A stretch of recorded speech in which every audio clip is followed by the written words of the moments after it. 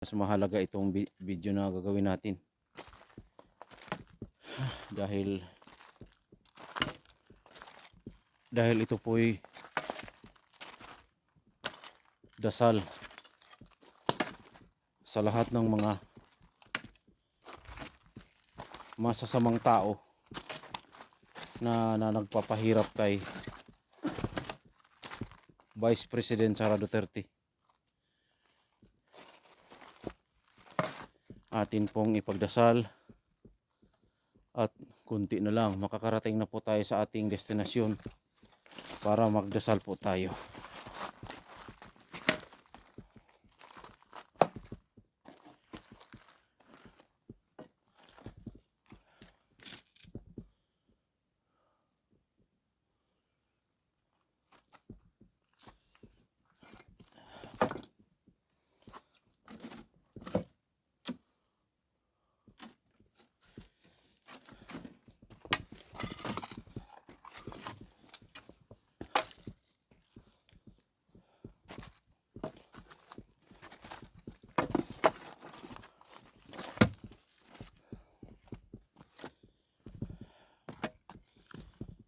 Sana tayo.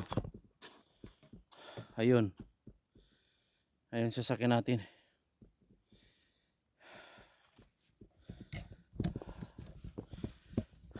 Nare-reach na po natin ang ating destinasyon.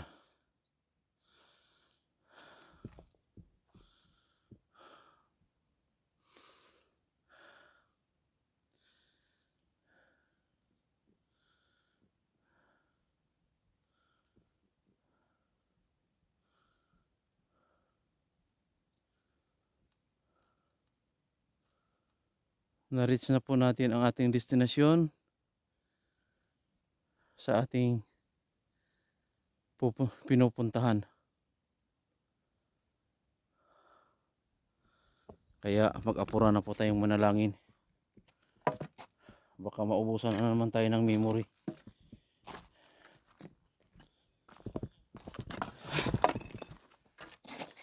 Mag-apura na po tayong manalangin.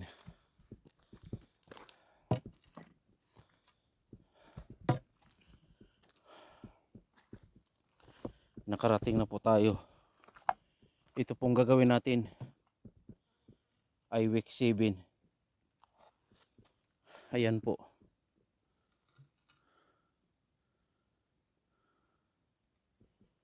Week 7 po ang gagawin natin ngayon.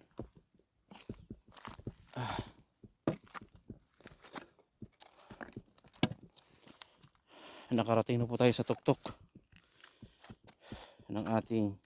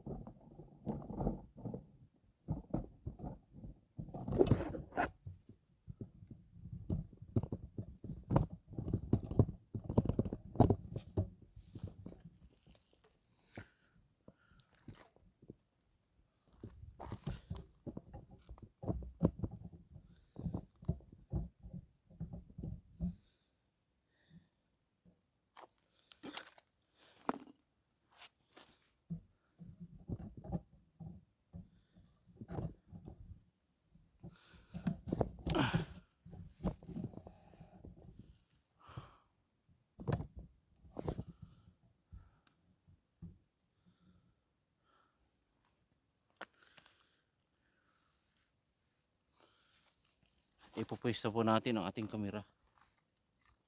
At siyempre dadaganan po natin ng bato. Baka mo siguraduhin po natin. Baka mamaya bigla na lang hampasin ng malakas na hangin ang ating kamera at mabasag pa ang ating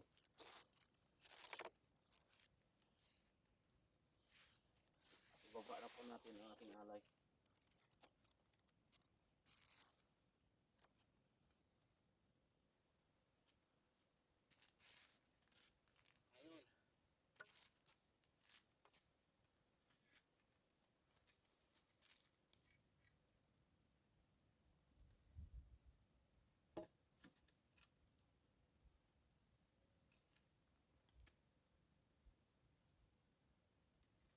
Ngayon, hindi na po natin patatagalin ang ating pakay dito sa lugar na ito.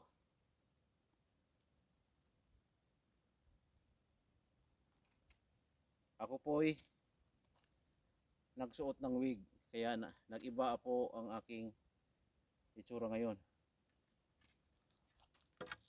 Kaya umpisahan na po natin ang ating mga panalangin.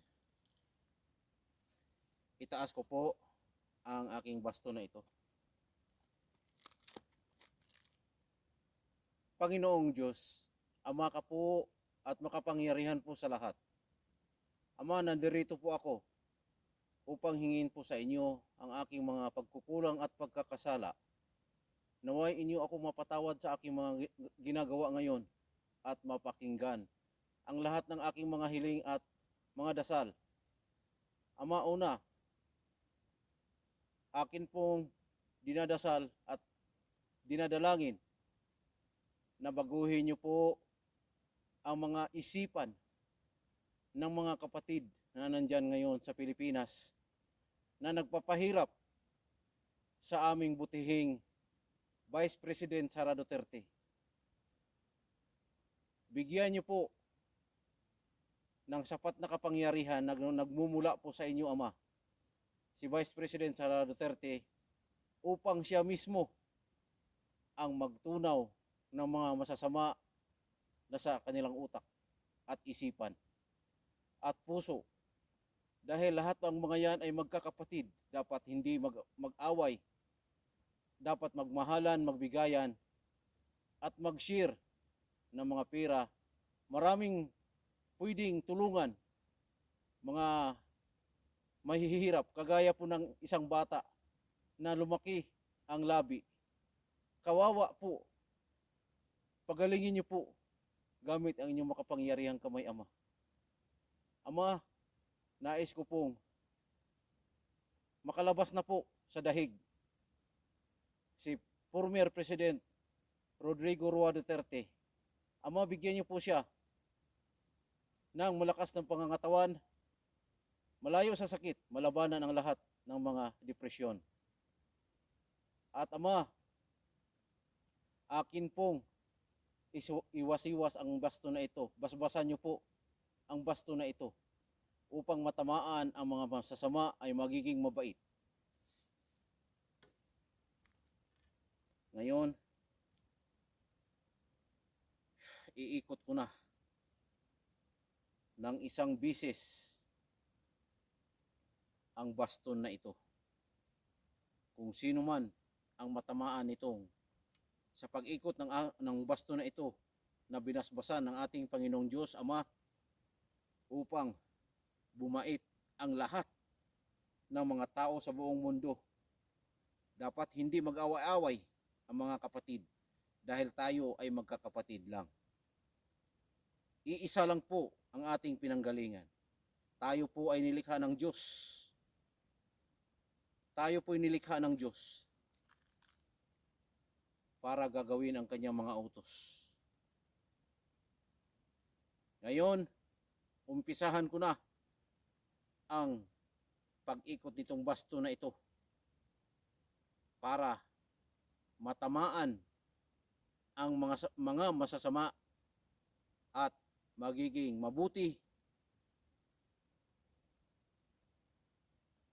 maging mabuti sa kapwa. Ngayon, umpisahan na natin.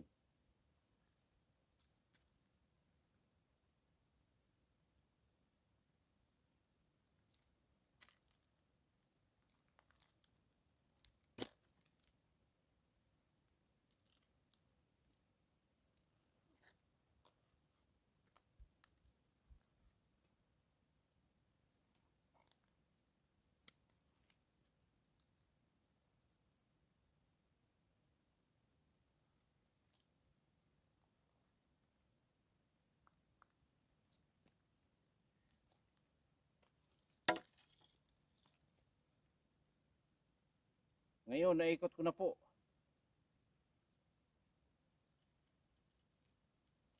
Naikot ko na po ang baston na binasbasan ng ating Panginoong Diyos, Ama na makapangyarihan po sa lahat.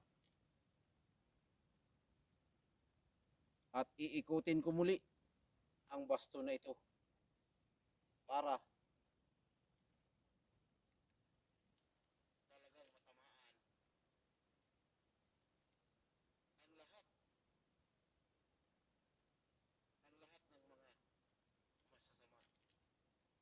mga masasama ay magiging mabait.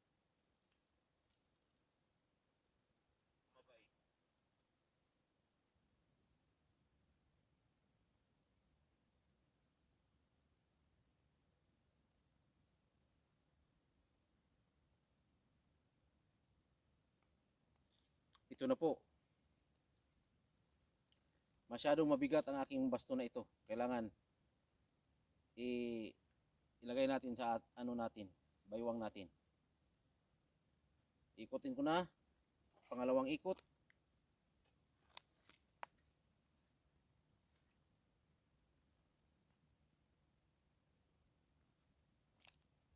Naway matamaan ang mga masasamang tao sa buong mundo.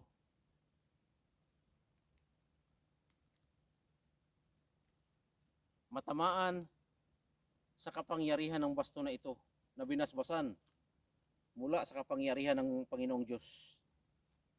Matamaan ang mga taong masama ay magiging mabait, mapagbigay, matulungin, tulungan ang mga mahihirap na ang daming mahihirap na pwedeng tulungan. Kagaya ng isang bata na 7 years old, 5 years old na bata, batang babae. Mukhang mabigat itong pag-ikot ko nitong basto na ito. Parang may gravity. Ang bigat. Ba't ang bigat? Ang bigat ikutin. Parang may kapangyarihan ito. Ba't ang bigat ikutin ito? Pangatlong ikot.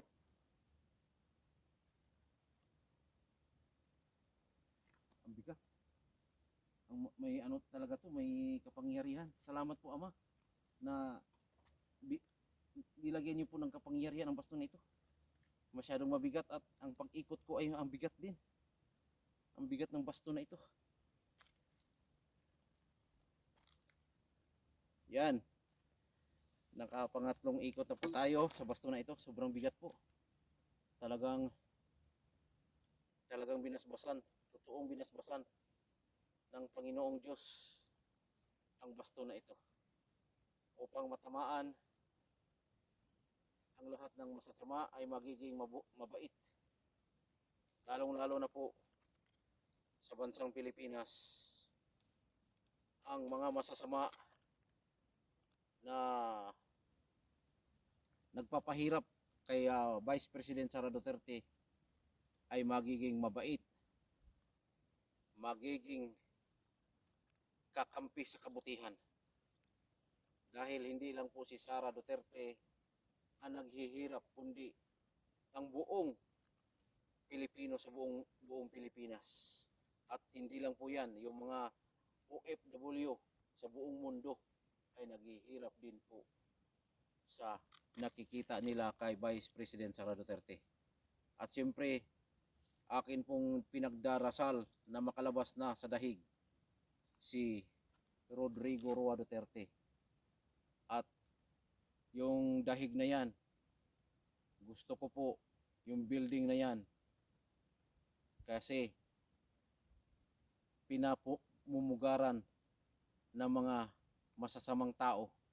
Gusto ko po yung dahig na yan ay wasakin ng Panginoong Diyos, ilubog sa lupa dahil wala po silang tigil bakit nila tinanggap. Kaya ipagdasal po natin mga minamahal na mga taga-subaybay. Ngayon po, ibigay na po natin ang alay. Ang alay po natin ay pagkain ng aking gabay na ibon. Wala dito, nandun sa baba. at hindi umakyat. Nagtaka siya, titig na titig. Nilapitan talaga ako. Iba daw itsura ko. Ganito raw ang damit ko. At mahaba ang buhok. Kaya hindi siya sumama rito sa akin. Nag-iba yung talagang tinititigan niya ako. Pero sa ganun pa man, nakahanda pa rin yung aking alay. At may kandila tayong sisindihan at iiwanan dito. Para pag natunaw yung kandila na ating sisindihan, matunaw din po ang kasamaan ng tao sa buong mundo at magiging mabait, matulungin, mapagbigay at mapagmahal sa kapwa at tumulong sa mga dapat tulungan. Kagaya po ng isang bata na 5 years old na babae na lumaki yung bunganga. Kawawa. Kawawa talaga. Ako po naawa. Kung ako po ay bigyan ng Diyos ng sapat na kapangyarihan at gawin niya akong instrumento, ang batang yon ay pagagalingin ko. Paliliitin ko po ang kanyang mukha na sobrang laki na. Napakahirap pong tingnan. Nalulumo ang aking puso.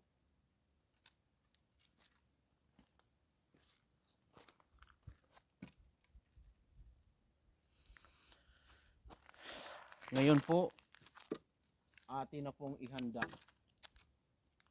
ang ating alay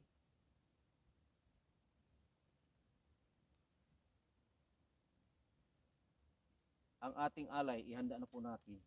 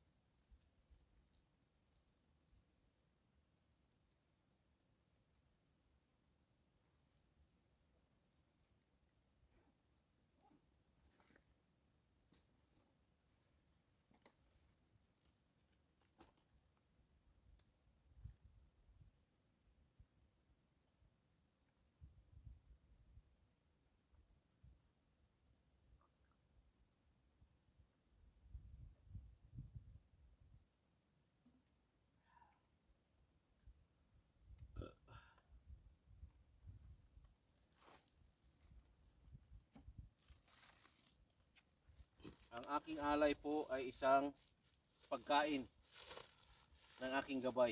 Hindi talaga siya pumunta rito kasi nagtaka talaga siya. Bakit? Nag-iba daw ang itsura ko. Ayun, hinubad ko na po yung aking wig. Ito po ang aking alay.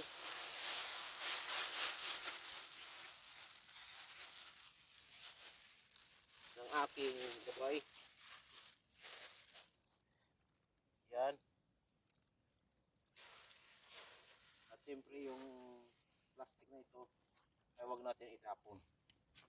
Kailangan ibalik na po natin sa ating bag.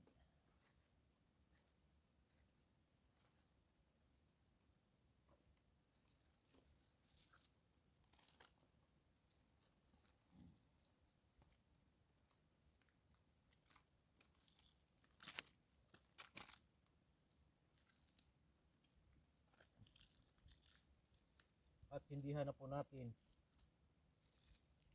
ang kandila.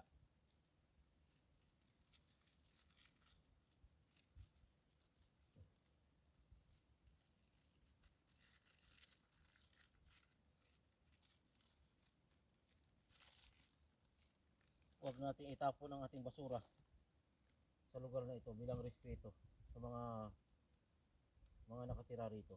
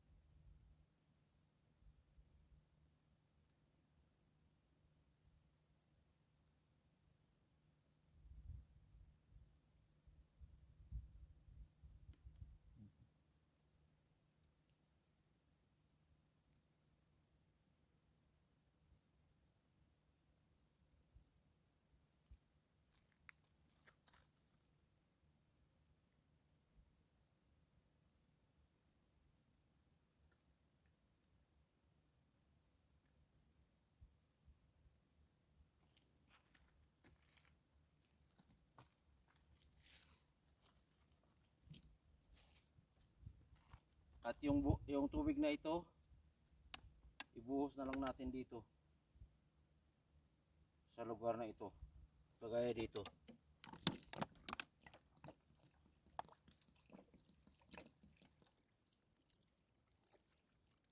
Yan. Para hindi na magkalat ang basura dito.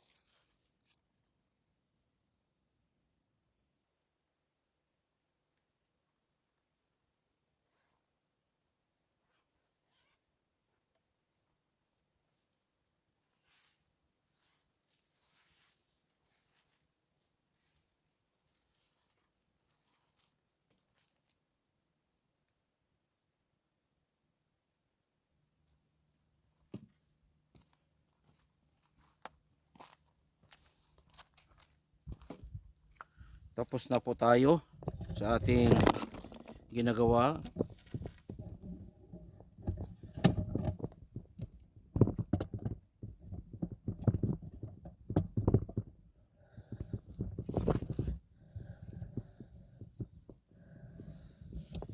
Ayan po ang alay ko. Alay.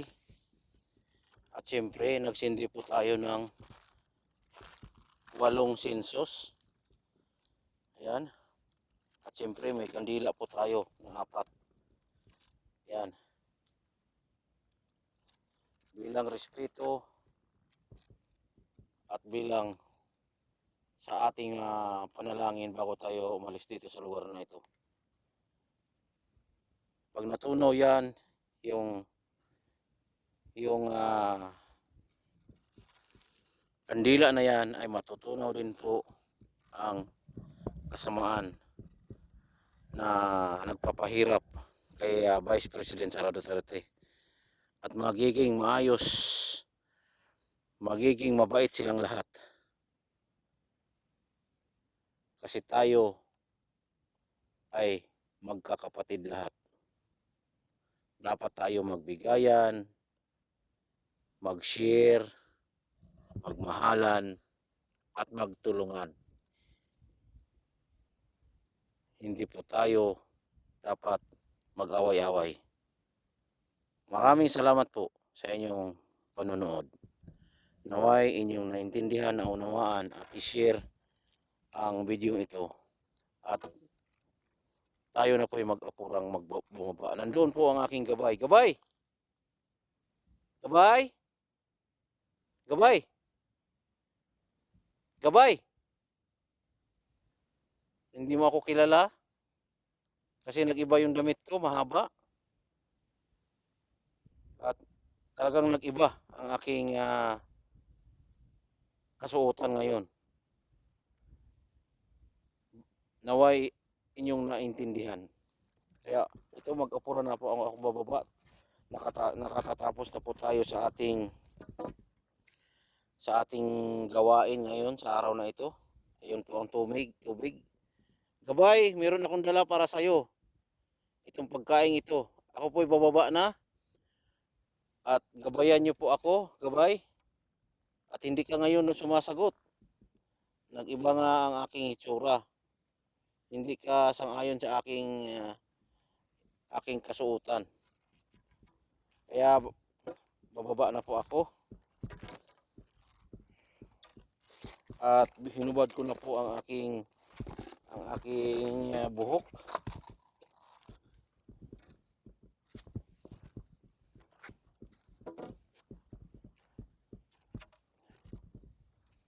Doon po tayo bababa kung saan tayo bumaba. Kung saan tayo nanggagaling, dahil pwede rin naman dito. At pag ganun, sige, doon tayo pupunta.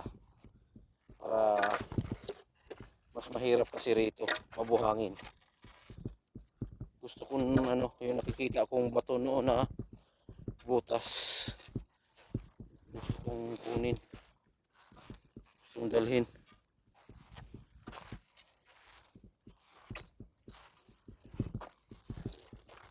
Kaya mag-apura na po tayong bababa. Nakakatapos na po tayo sa ating gawain sa araw na ito.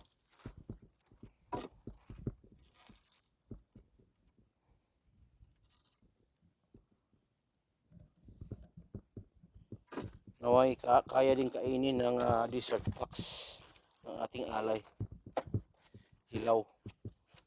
Kaya nagdala ako ng alay na yun. Pag dito ako dumaan, makakababa pa kaya ako dito. Pag dito ako dumaan, palagay ko hindi. Pag dyan ako dadaan, tingnan natin kung kaya pa ba natin bababa dyan. Parang may humahawak sa akin eh. Huwag dyan daw ako bababa. Hinahawakan ako. May humahawak sa akin. Huwag dyan daw ako bababa. Dito daw. Dito tayo. Ayan.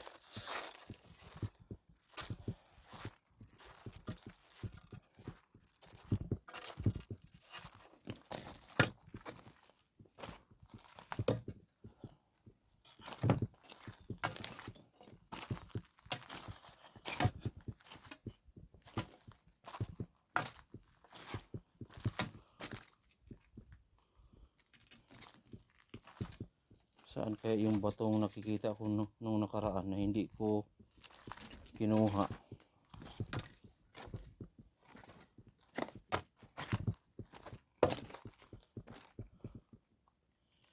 Dito lang yun eh. Saan kaya yun? Dito banda yun eh.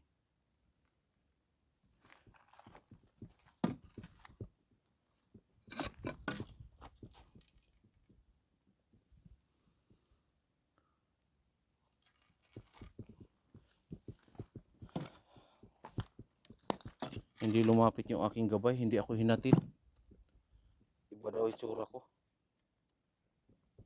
Ayaw niya. Ayaw niya yung itsura ko.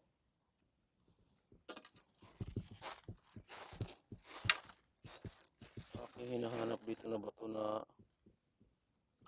may butas. Saan kaya yun? Dito banda yun eh. Hindi ko naman hinagis yun.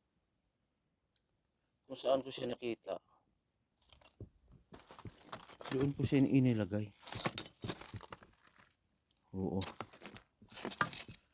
Yung bato na yun na may butas.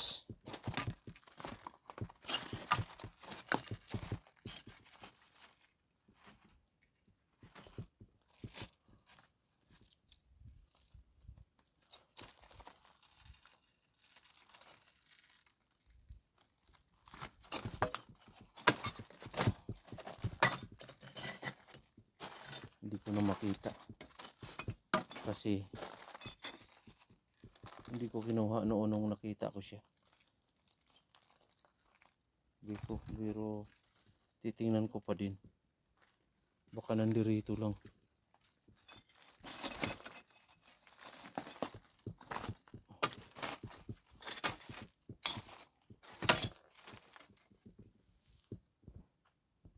Tingnan niyo po. Hindi ko na po suot ang aking buhok na mahaba kasi naiinitan ako. Pawis na pawis ako doon sa buhok ko na mahaba.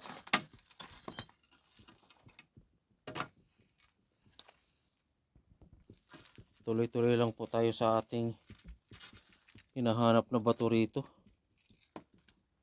na may butas. May butas. Talagang ano yun,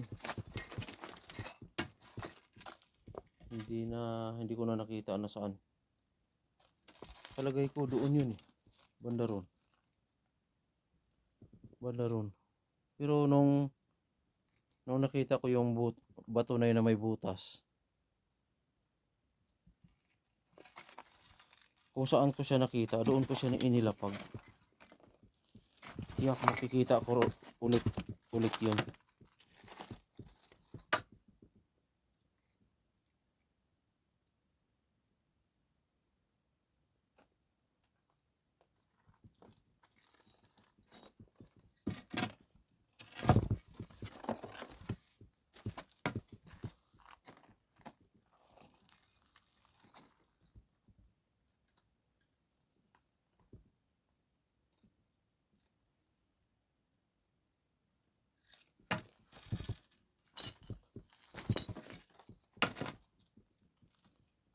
Hindi ko makikita yung bato na yun.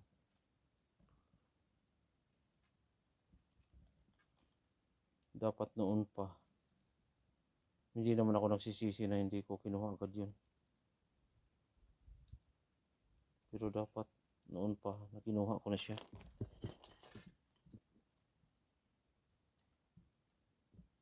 Hindi ko na makita. Baka may kumuha.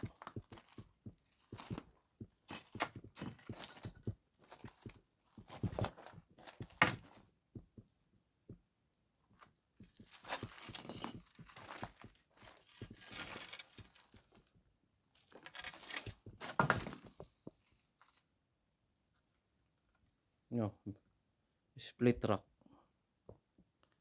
Yan.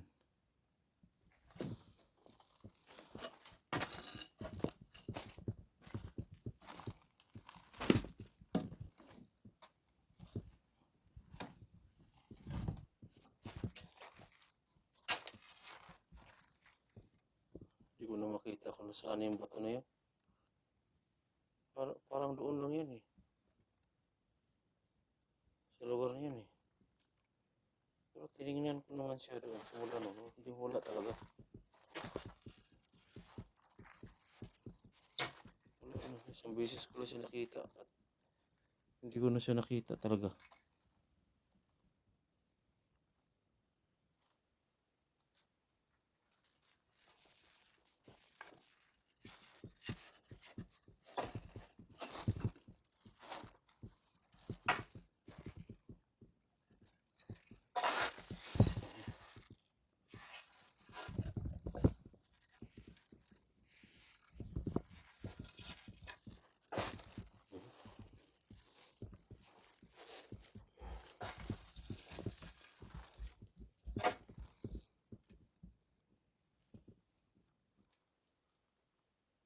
Parang nag-iba tong dinadaanan ko. Wala to noon.